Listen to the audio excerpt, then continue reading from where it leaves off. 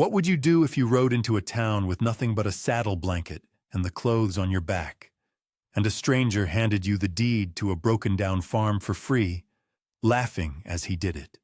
That is what happened to a 20-year-old girl named Lucy Boone the summer she came into Dry Creek. Everyone in that dusty valley said the place was cursed, worthless, a punishment more than a gift. But what she would uncover near that old barn, buried in the hard red dirt, would change the story every one of them thought they knew. Settle in. Pour something warm. Let us know where you're watching from. And stay close, because the wind on the ridge is already turning. Lucy Boone came into Dry Creek on foot in the last hour before sundown, leading a bay gelding whose ribs showed through his dusty coat like the staves of an old barrel. She was thin herself, thin in a way that could not be hidden by the loose gray dress or the man's canvas coat she had cinched at the waist with a length of rope. Her boots were split at the toe. Her braid, the color of wheat left too long in the sun, hung heavy down her back. Under the shadow of her broad hat, her eyes were the pale, careful eyes of a person who had learned to watch for weather in every face she passed. 2 years she had drifted. 2 years since her father had lost the little house outside Bakersfield to a note he could not pay, and the county men had come with paper and told her, at 18, that there was no room for her in the arrangement. Her father had gone west with a work crew and never written. Her mother had been in the churchyard longer than that. Lucy had gone from a laundry in one town to a kitchen in another, from a hayloft to a wagon seat, from a bunk in a shearing shed to the open road when the shearing was done. She had learned to sleep sitting up. She had learned that a girl alone was a question every stranger felt free to answer for her. Dry Creek did not look like an answer. It looked like a row of leaning storefronts strung along a rutted street. A livery, a saloon with its doors flung open on the heat, a church whose white paint had gone the color of bone. Men on the boardwalk turned to watch her pass, and their eyes were the eyes she had grown used to. Not unkind, exactly, only measuring, the way a man measures a stray dog to see whether it will bite or beg. She did neither. She led the bay to the water trough at the end of the street, let him drink, and rested her hand on his warm neck while she thought about what came next. She had $2 and a folded letter in her pocket. The letter was from a woman she had worked for one winter, a woman who had told her that in Dry Creek there was land no one wanted, and a girl with strong hands and no fear of quiet might do worse than to ask after it. Lucy had ridden 4 days to ask. The bay lifted his head. Water dripped from his muzzle onto the dust. He blew softly through his nose, as if he too were considering the town. She had bought him for $8 from a farrier who was going to shoot him, and she had named him Amos after a preacher who had once given her a loaf of bread without asking anything back. He was 15 years old and sound in 3 legs and mostly in the 4th. He was the only living thing that belonged to her. Across the street, a bell rang once inside the land office. A man in shirt sleeves stepped out onto the boardwalk, looked at her the way the others had, and looked longer. The man in shirt sleeves was named Roy Pickett, and he ran the land office and the general store and, by most accounts, half the opinions in Dry Creek. He was broad through the middle and pink in the face, with a pocket watch strung across his waistcoat and a laugh that came easy and never quite reached his eyes. When Lucy crossed the street and asked, in the quiet, level voice she had trained herself to use with strange men, whether there was any land in the valley a person might come by cheap, Roy Pickett laughed that laugh. "Cheap," he said. "Girl, I've got land I'll give you." She waited. "The Hanley place," he said, and glanced at 2 men leaning on the rail. Both of them grinned as though a joke had begun without them. Old Ambrose Hanley died out there 4 winters back. No heirs come forward. County holds the paper. Nobody'll take it, not for love nor money. Barn's half down. House ain't much better. Well's gone brackish, they say. Grass burnt to nothing. He tipped his hat back with one thumb. You want it, it's yours. Sign here and don't come crying when the roof falls in. One of the men on the rail said, Give her a shovel too, Roy. She'll need it to dig her own grave. The laughter that followed was the laughter Lucy had heard in a dozen towns.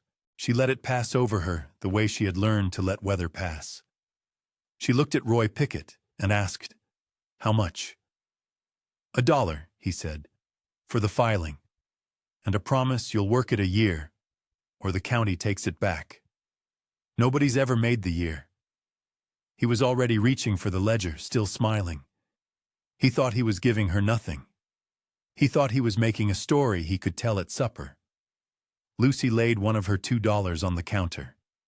She wrote her name in a careful, schoolgirl hand, Lucy Boone, and under it, the date, and under that, the words she had rehearsed on the road. Sole occupant and worker of the described parcel. Roy Pickett stamped it without reading.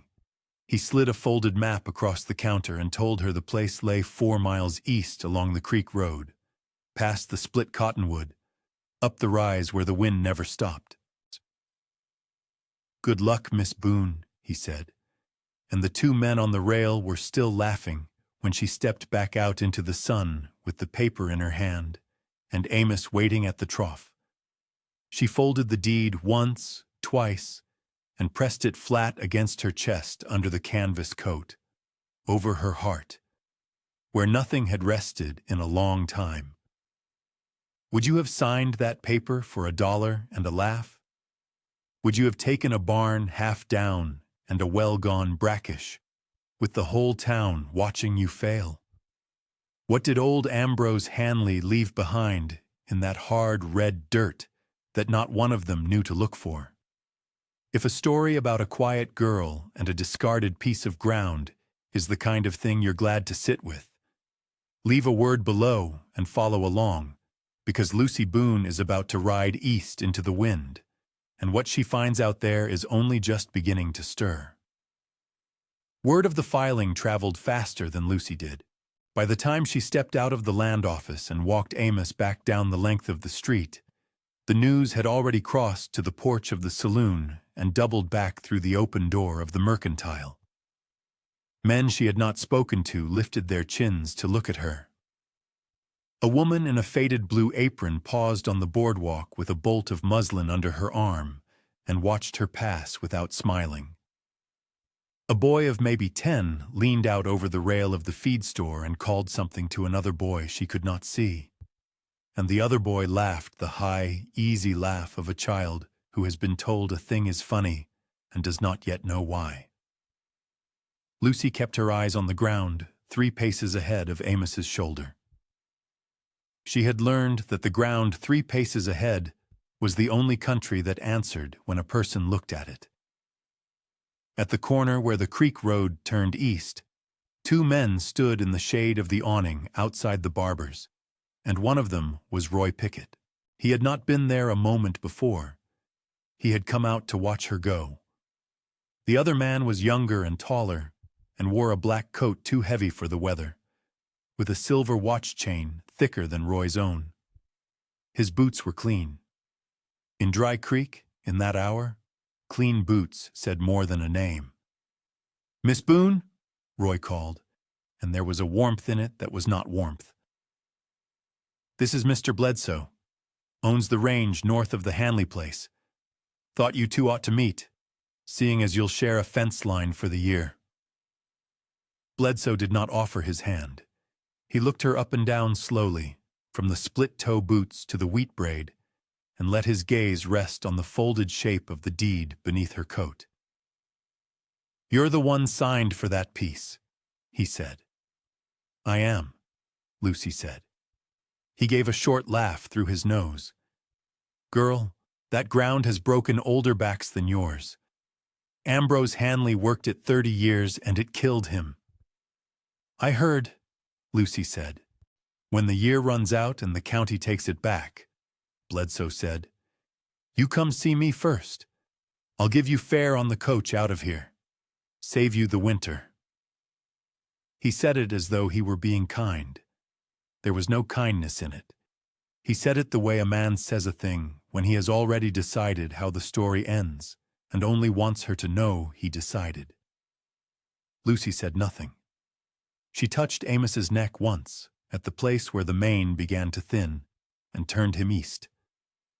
She did not get far before an old woman stepped out from between the church and the shuttered smithy.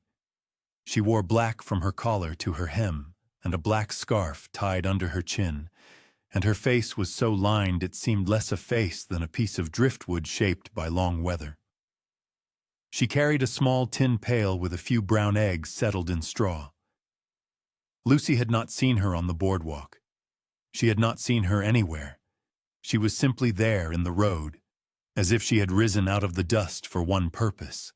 Lucy stopped. The old woman looked at her a long moment without speaking.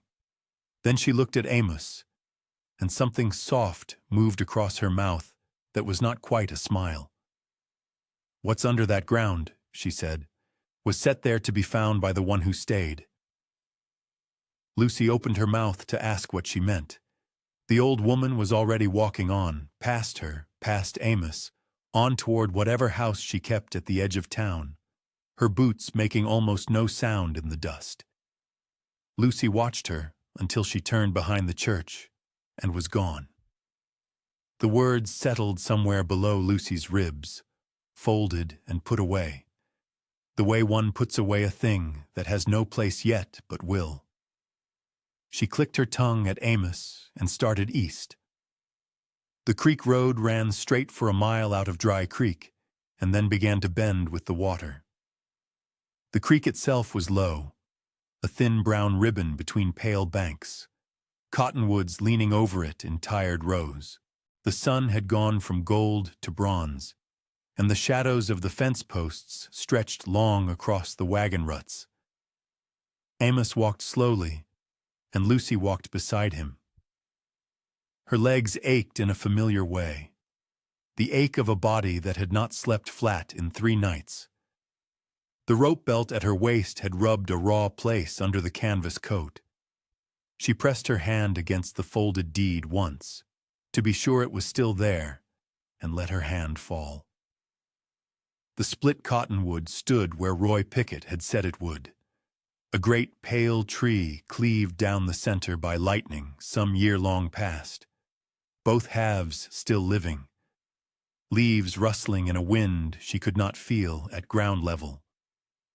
Past it, the road climbed a low rise, and past the rise the land opened onto a shallow bowl of ground, the color of rust, with the bones of a fence running along one edge and a stand of thin pines on the ridge behind it.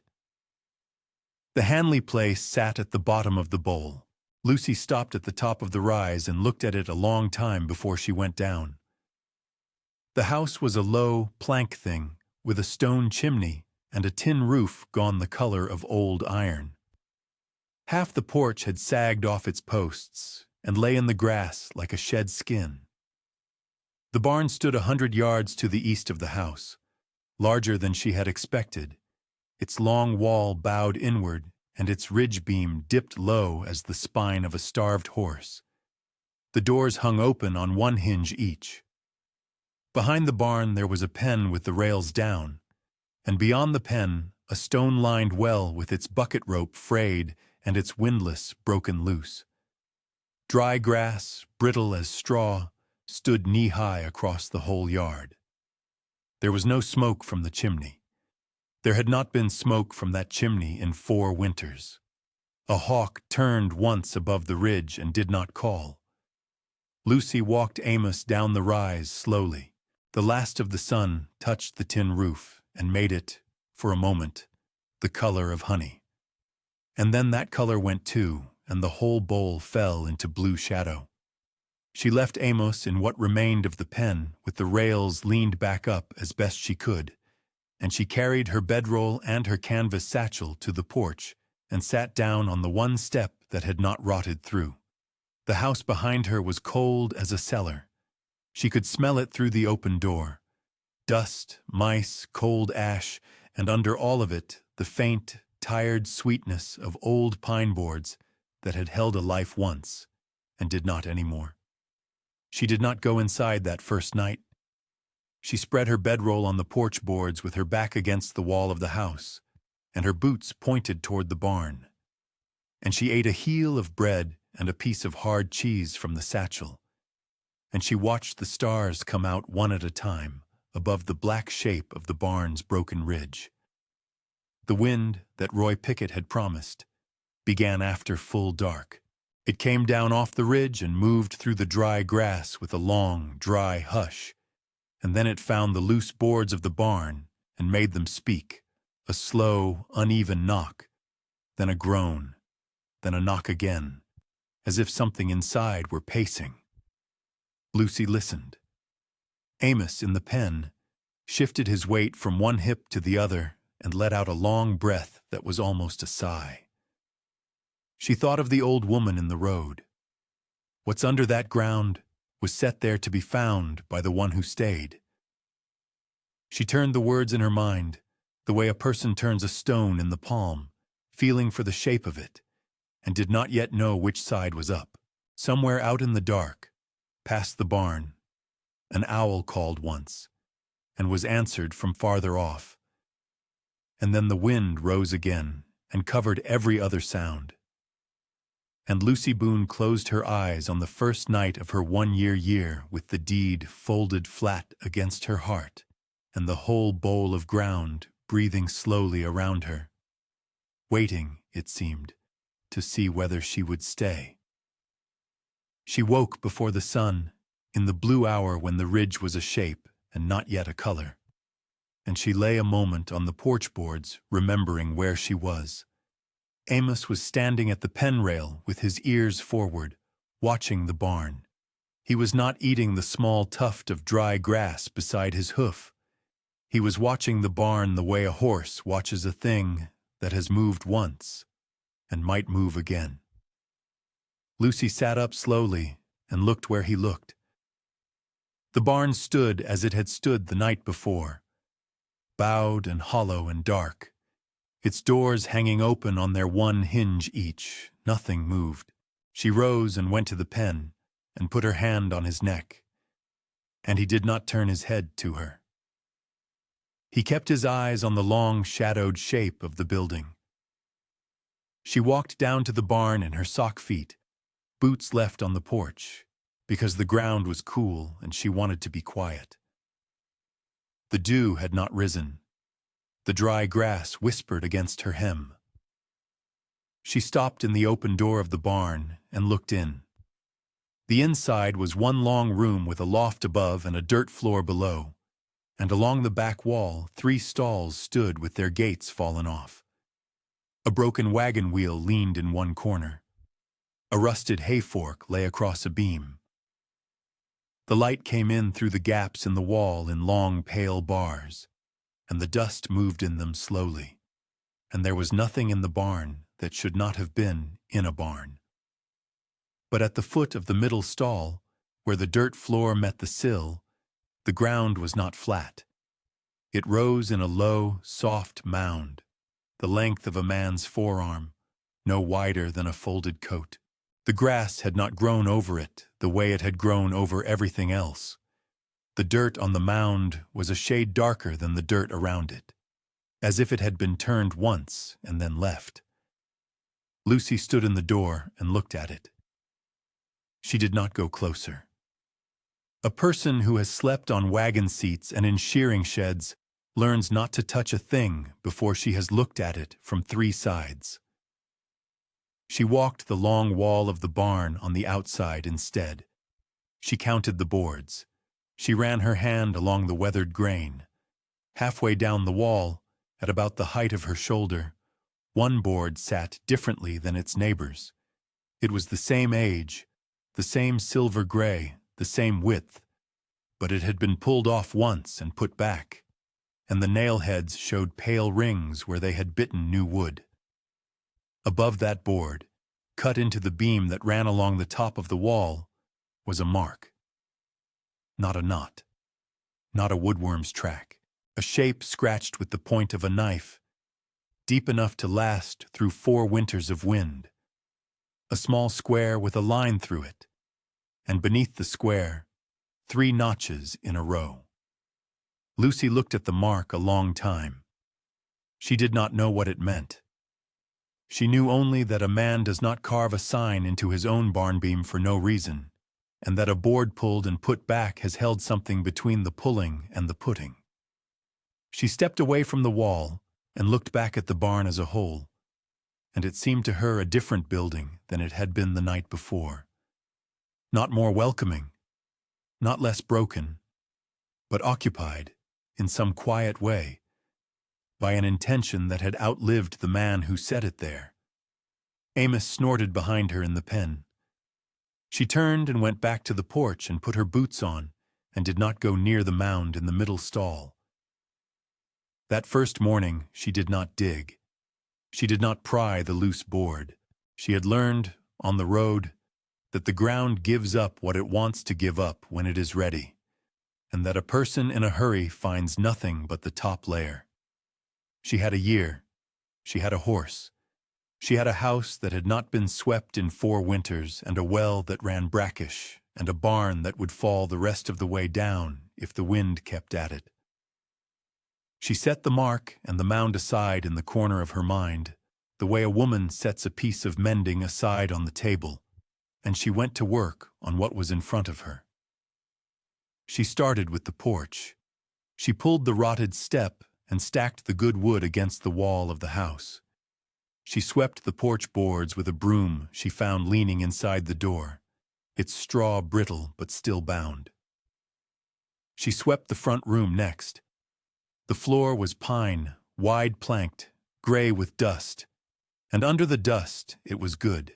A stove stood in the corner, a small iron thing with its door hanging crooked, and on the shelf above the stove there was a tin cup, a tin plate, a bone-handled knife, and a lantern with half its kerosene still in the bowl. Ambrose Hanley had gone out of this house the way a man goes out of a room he means to come back to. Lucy stood a moment with the lantern in her hand, and understood that she was not the first person to leave a place suddenly. She set the lantern on the table and lit it that night, and it burned clean.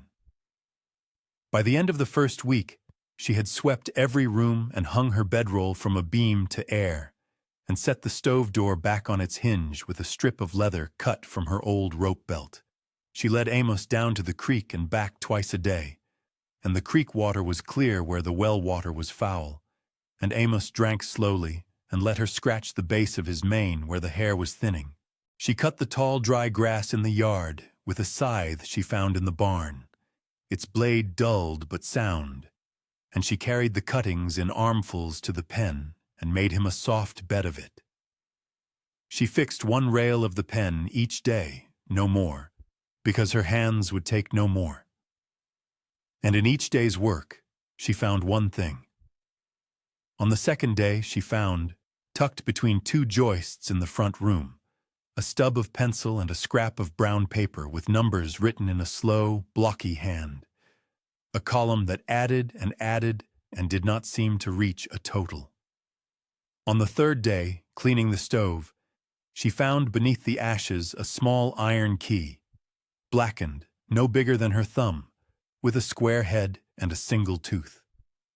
She rubbed it clean on her apron and set it on the shelf next to the tin cup. On the 4th day, sweeping the barn, she had gone in at last, keeping her boots to the edges, not stepping on the middle stall.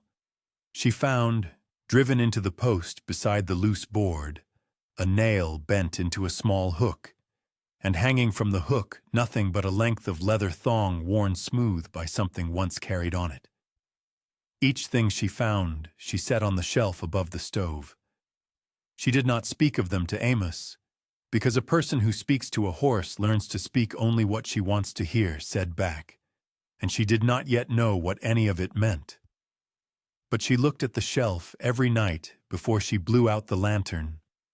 The tin cup, the tin plate, the bone-handled knife, the stub of pencil, the scrap of paper, the small iron key, the leather thong, and she understood, without saying it, that Ambrose Hanley had left a trail for someone, and that she was walking it whether or not she had meant to. On the 7th night, lying on her bedroll on the swept pine floor of the front room, with the lantern low and Amos breathing steady in the pen, she thought again of the mound in the middle stall and the mark carved in the beam. Her hands, which had learned the shape of the scythe and the broom and the loose rail and the lantern's wick, felt now as though they had been learning something else, all week, without her permission. She turned onto her side and looked at the small iron key on the shelf, and the key caught a little of the lantern light and held it, and she closed her eyes and slept. And outside the wind moved through the barn and made the loose board tap once against its neighbor softly, the way a person taps a table to be remembered. The 8th morning came in slow and gray, with a low ceiling of cloud over the ridge and no wind at all, and Lucy Boone woke knowing before her eyes opened that the day was the one. She did not eat. She drew water from the creek for Amos and put a hand on his neck longer than usual, and Amos turned his head and rested his nose against her shoulder for the space of 2 breaths, and then went back to his hay. She took the spade she had straightened the day before from where it leaned against the porch post, and she took the small iron key from the shelf and put it in her apron pocket, and she walked to the barn. Inside, in the pale light coming through the open doors, the mound in the middle stall looked no different than it had on the first morning. She stood at the foot of the stall and looked at it a long moment. Then she stepped in and set the point of the spade at the edge of the mound and pressed it down with her boot. The dirt gave easily. It had been turned once, and not so long ago that the earth had knit itself back together. She worked around the edges first, lifting shallow slices and setting them aside in a neat row along the sill, the way her mother had once set potato peels along the edge of a board. She worked for a quarter hour, and the mound became a shallow bowl, and the shallow bowl became a hole to the depth of her forearm, and then the spade struck something that was not stone and not root. She knelt. She set the spade aside and worked with her hands, brushing the dirt from the top of what she had struck. A curve of tin appeared, then the flat lid of a box, then the whole of it. A tin the size of a family Bible, its lid held down by a small brass hasp, and through the hasp a small iron lock no bigger than her thumb, with a square head and a single keyhole. She sat back on her heels and looked at the lock a long time. Then she took the key from her apron pocket and fitted it in, and the key turned, stiff at first, and then clean, and the hasp fell open in her palm. She lifted the lid. Inside, wrapped in an oilcloth gone brittle at its folds, were 3 things. She took them out one at a time, in the light coming through the barn door, and set each on the oilcloth spread on her knee. The first was a leather pouch, closed with a drawstring, and inside the pouch were 22 coins, gold small, each one the weight of a musket ball, dulled by their years underground, but still catching the gray light and giving it back warmer. The second was a folded paper, thick, with the county seal pressed into its wax, and on the outside in the same slow, blocky hand that had written the numbers on the brown scrap. 3 words, for the stayer. The third was a small book, cloth-bound, its spine cracked, its pages soft with damp but still legible, and on its first page, written in that same hand, the words, Ambrose Hanley, his account, being a true record of this ground and what is owed upon it. Lucy sat in the stall with the 3 things on her knee, and for a long while she did not read and did not count. She looked at the barn wall opposite her, at the loose board and the mark above it, the small square with the line through it, the 3 notches. And she saw now that the square was the tin, and the line through it was the key, and the 3 notches were 3 things, and that Ambrose Hanley had left a map on his own wall for a person he did not know and had trusted to arrive. She opened the folded paper first. It was a deed. In her hand, a second deed, older than her own by many years, made out in the name of Ambrose Hanley for the parcel described as the Hanley Place, and beneath the deed a second sheet, pinned to it with a straight pin gone rusty, which was a letter of intent, signed and witnessed, stating in the plainest terms that Ambrose Hanley, having no living kin, willed the whole of his parcel and its improvements, and what he had put into its ground, to whatever soul stayed upon it, and worked it for 1 full year after his death, and that the coin buried with this letter was intended as the means by which that soul might redeem the parcel from any lien, tax, or claim brought against it, and pay the county what was owed, and hold the ground free. Lucy read it twice. Then she opened the book. The book was a ledger of the ground, what he had planted, what had grown, what had failed, which years the creek had run low and which it had run high, where the good soil lay and where the ground turned to clay, which of the pines on the ridge would give a straight beam and which were rotten at the heart.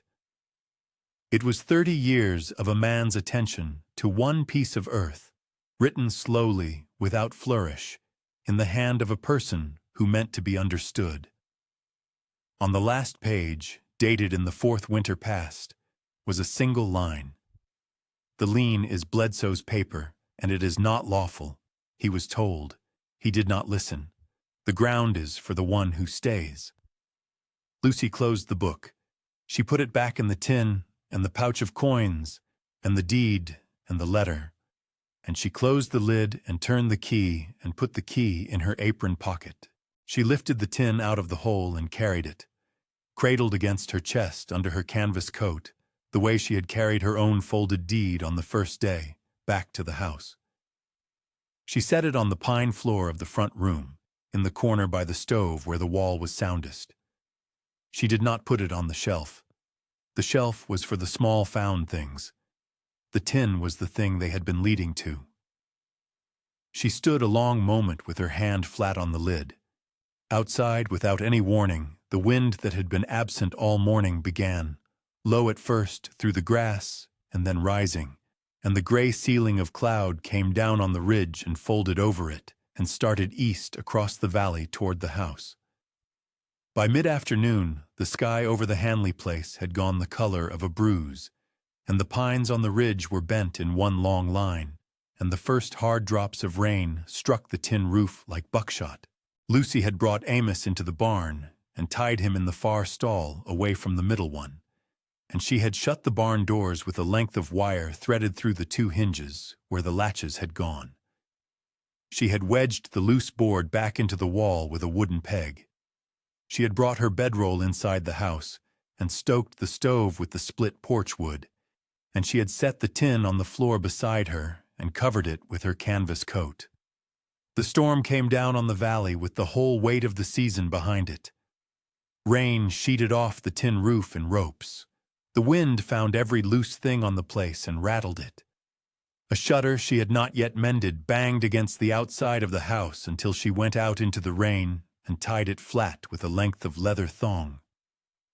She stood on the porch a moment in the wet, looking east through the gray toward the barn, and she saw a shape moving on the creek road, low and stumbling, coming down the rise. She thought it was a calf at first, blown from Bledsoe's range. Then she saw it was a woman. Lucy went out into the storm without her coat, because her coat was over the tin. She met the woman halfway between the porch and the road. The woman was thin, older than Lucy, but not old, her hair plastered to her face, her dress heavy with rain. one arm around a small boy of perhaps 4, whose face was pressed into her side. Behind her, no wagon, no horse, only her own 2 feet and the boy's.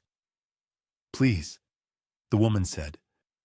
Her voice was small in the wind. Lucy did not answer. She took the boy from the woman's arm and settled him against her own hip, and she took the woman's elbow in her free hand and turned her toward the house, and the 3 of them went up the porch step together and through the door. Inside, Lucy set the boy on her bedroll by the stove and put a blanket around him. The woman stood in the middle of the room, dripping and shaking, and Lucy pulled the second blanket from the peg and put it around her shoulders and steered her to the stove. She did not ask any questions. She put the kettle on and cut 2 thick slices of bread from what was left in her satchel and set them on the tin plate on the shelf, and she took the tin cup down and poured hot water over a pinch of the last of her tea and gave it to the woman. The woman drank. Her hands shook so that the cup rattled against her teeth. The boy watched Lucy over the edge of the blanket with dark, round eyes and did not speak. "My husband," the woman said, after a long time. "The creek took the wagon. He got us to the bank, then he went back for the mare." Lucy waited. "He did not come back," the woman said. Lucy looked at the door, and at the window where the rain ran down the glass in sheets, and at the boy on her bedroll. She thought of Amos in the barn. She thought of the tin under her coat in the corner. She thought of the folded deed against her heart, and the letter that said, "For the stayer," and the ledger's last line about Bledsoe's paper. She thought of the old woman in black by the church, and the words about what had been set in the ground to be found by the one who stayed. She took her canvas coat from over the tin and put it on. She took the lantern from the shelf and lit it. She took the length of rope she had been using for her belt and coiled it over her shoulder. "Stay here," she said. "Keep the stove hot." "You can't," the woman said. "The creek." "I know the creek," Lucy said, though she had known it only a week. "Bar the door behind me." She went out into the storm. The rain came at her sideways off the ridge. Lucy Boone bent her head under the brim of her hat and followed the creek road with the lantern held low, the light making a small yellow pool that the wind kept trying to blow out. The creek had jumped its bank in 2 places she could see, and a third she could only hear. She walked west along the road toward the bend where the water ran deepest, calling once, then twice, her voice thin against the drumming on her hat. On the 3rd call, she heard an answer that was not the creek. It came from below the road, past a thicket of willow bent almost flat under the wind. She found him wedged against a cottonwood root, hip deep in cold water, one arm around the trunk and the other around the neck of a mare who was too tired to swim any farther. He was a man of about 30, dark-haired, coat gone, a gash above one eye. Lucy set the lantern on a stone above the water line and uncoiled the rope from her shoulder. She tied one end around the cottonwood above him and tossed the other into the water. He caught it on the 2nd try. She braced her boots against the root and pulled. The mare came out first, half scrambling, half hauled, and stood shaking on the bank with her sides heaving. Then the man. He could not stand at first. Lucy got her shoulder under his arm and walked him 100 yards up the road to where the ground rose. She left the mare tied to a fence post with the last of her rope and got the man to the porch of the Hanley place before the lantern went out. Inside, the woman cried without sound when she saw him. The boy climbed off the bedroll and put his small hand on his father's knee and left it there. Lucy laid the man on the bedroll by the stove, cut his wet shirt away from the gash, cleaned it with hot water and a strip torn from her own apron, and bound it with another strip. She fed the stove until the room was hot enough to hurt the skin. She brought the mare into the barn beside Amos and rubbed her down with a handful of dry hay. Amos put his nose against the other horse's shoulder and breathed out once. The storm blew itself thin by dawn. By mid-morning, the creek had fallen back inside its bank, and the sun came out weak and white. The man could sit up and take bread. His name was John Meeker. He and his wife Hannah and the boy had been bound for a homestead her brother held 2 valleys east. He owed Lucy his life and said so plainly. Lucy said the stove had done the work and poured him more tea. Word travels fast in a valley with only one road. By that afternoon, a wagon came down the rise, driven by a man from the freight line who had found the Meekers' broken rig against a snag 2 miles downstream and followed the wheel tracks up. Behind him rode the doctor from Dry Creek, a lean, gray-bearded man named Whitfield, who had been sent for by someone in town before the road was even passable. Dr. Whitfield examined the gash above John Meeker's eye, stitched it with 3 neat stitches, and said the girl at the Hanley place had done the harder work already. He said it looking at Lucy. By the following morning, the yard of the Hanley place had more people in it than it had held in 4 winters. A woman from the church brought a basket of cornbread and would not take it back. 2 men from the livery came with fresh planks and a keg of nails and said they had heard the porch step was rotted through. A boy of 10 stood at the pen rail feeding Amos a carrot without asking. The chorus that had laughed on the boardwalk did not know quite where to put its hands. That afternoon, a slight man in a black coat and a clean collar rode down the rise on a small sorrel. He introduced himself as Mr. Ainsley, the county clerk out of the seat 2 days east. He had come, he said, on account of a letter sent by Dr. Whitfield, and on account of a matter that had waited 4 winters to be heard. Lucy took him into the front room and set the tin on the pine floor between them and unlocked it with the small iron key from her apron pocket. Mr. Ainsley read the older deed first, then the letter of intent, then the last page of the ledger. He read them a second time. He set his hands flat on his knees. "This is in order," he said quietly. "This is more than in order." He looked at Lucy over the rim of his spectacles. "The lien claimed against this parcel is not lawful. It never was. Mr. Hanley told the office as much before he died, and the paper was misfiled. That is on us." He paused. "The coin will settle what taxes stand. The deed in your name and this letter together will settle the rest. The ground is yours, Miss Boone. Free and held." Lucy did not speak for a long moment. Then she nodded once and thanked him and asked him if he would take a cup of tea. He said he would. Mr. Bledsoe rode down the rise the next morning in his black coat and his silver watch chain and his clean boots, and this time he took the hat off before he stepped onto the porch. Lucy met him at the door. He did not laugh. He looked past her at the swept floor and the small iron stove and the tin in the corner and the man on the bedroll with the boy asleep against his side. He said he had come to see for himself. He said the clerk had ridden to his place that morning and shown him a paper. He said the paper spoke plainly, and he had no quarrel with it. His voice was not the voice it had been outside the barber's. "Miss Boone," he said, "I misjudged the ground, and the one on it." Lucy did not answer at once. Then she said, "The ground kept its own counsel." Bledsoe put his hat back on and rode up the rise, and did not come down it again except once, weeks later. With a gift of fence wire, he sat inside the pen without a word. By the end of that week, the story had traveled the length of the valley and back.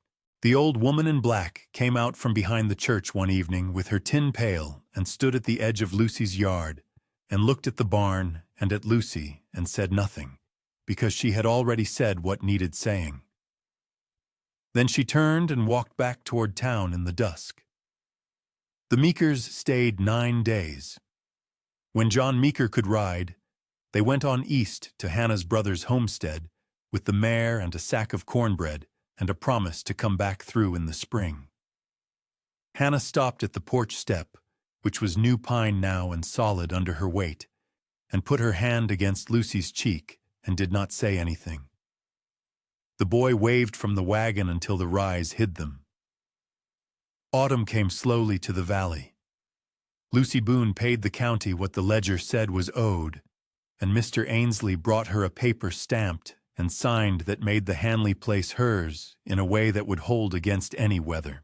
She spent the coin that was left on a milk cow, 100 weight of seed oats, a keg of nails, 2 panes of window glass, and a pair of good gloves. She kept 2 of the small gold pieces in the tin, and the tin she kept in the corner by the stove where the wall was soundest, and the small iron key she wore on the leather thong around her neck, under her dress, against her heart, next to the folded deed. The barn came up straight before the first frost.